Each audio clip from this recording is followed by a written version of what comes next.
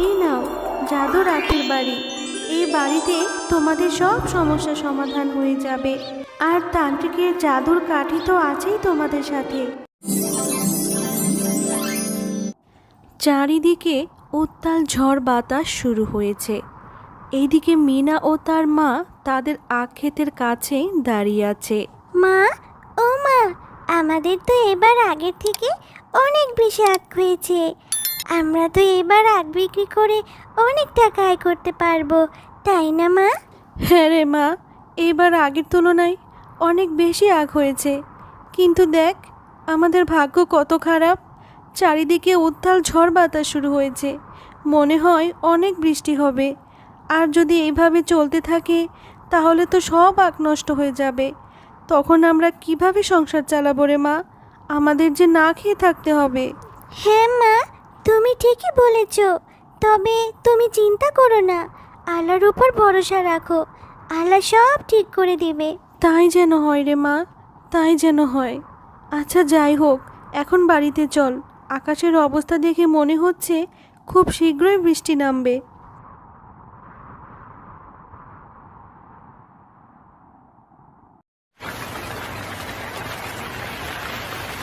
মা, ও মা, দেখো না বাইরে কি বৃষ্টি হচ্ছে, আর কত জোরে জোরে বিদ্যুৎ চমকাচ্ছে। আমার তো খুব ভয় হচ্ছে মা। মা, তুমি আমায় শক্ত করে ধরে রাখো। মা রে, তুই একদম ভয় পাস না। তোর মা তোর সাথে আছে তো, তোর কিচ্ছু হবে না। তুই বরং এখন ঘুমিয়ে পড়। আচ্ছা ঠিক আছে মা।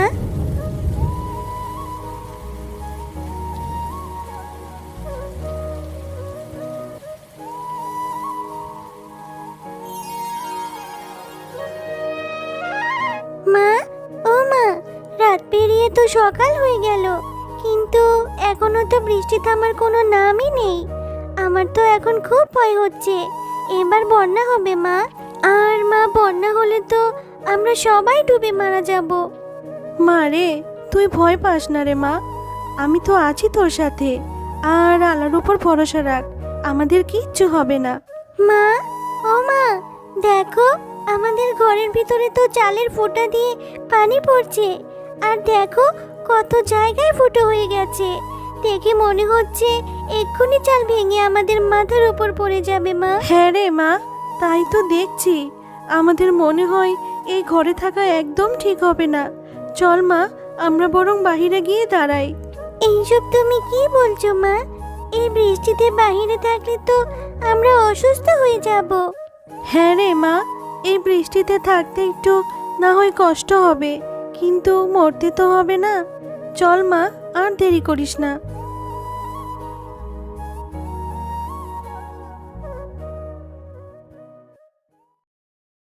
হায় আল্লাহ, আমার এ কি হলো? আমার শেষ আশ্রয়টুকু আজ শেষ হয়ে গেল। আমি এখন আমার মেয়েকে নিয়ে কোথায় যাব, কি করব?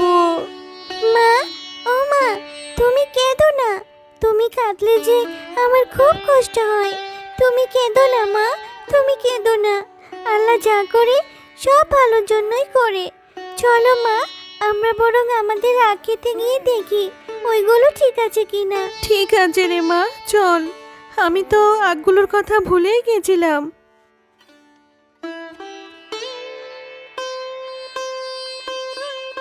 মারে, এই আগগুলো তো সব নষ্ট হয়ে গেছে। এখন আমাদের কি হবে রে মা?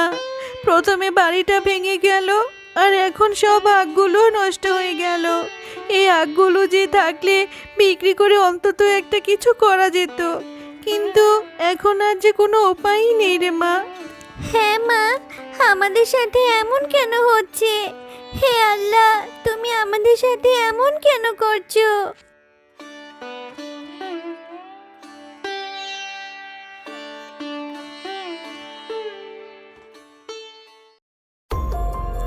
শয়তান তান্ত্রিক, ছেড়ে দে। আমার সাথে এমন করিস না, দয়া কর। আমার যে খুব কষ্ট হচ্ছে, ছেড়ে দে আমাকে। আ আ ছেড়ে দে।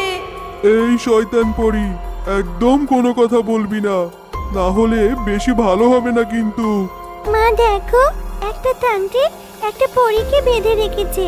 ওই পরীর তো খুব কষ্ট হচ্ছে মা। চলো না আমরা এই পরীর কাজে সাহায্য করি।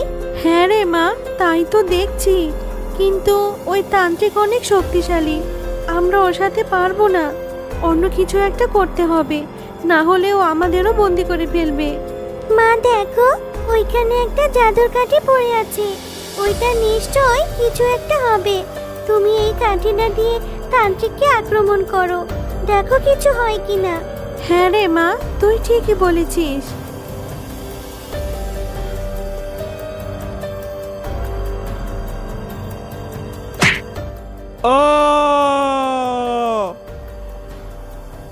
তোমাদের অনেক অনেক ধন্যবাদ, তোমরা আমার জীবন বাঁচিয়েছো।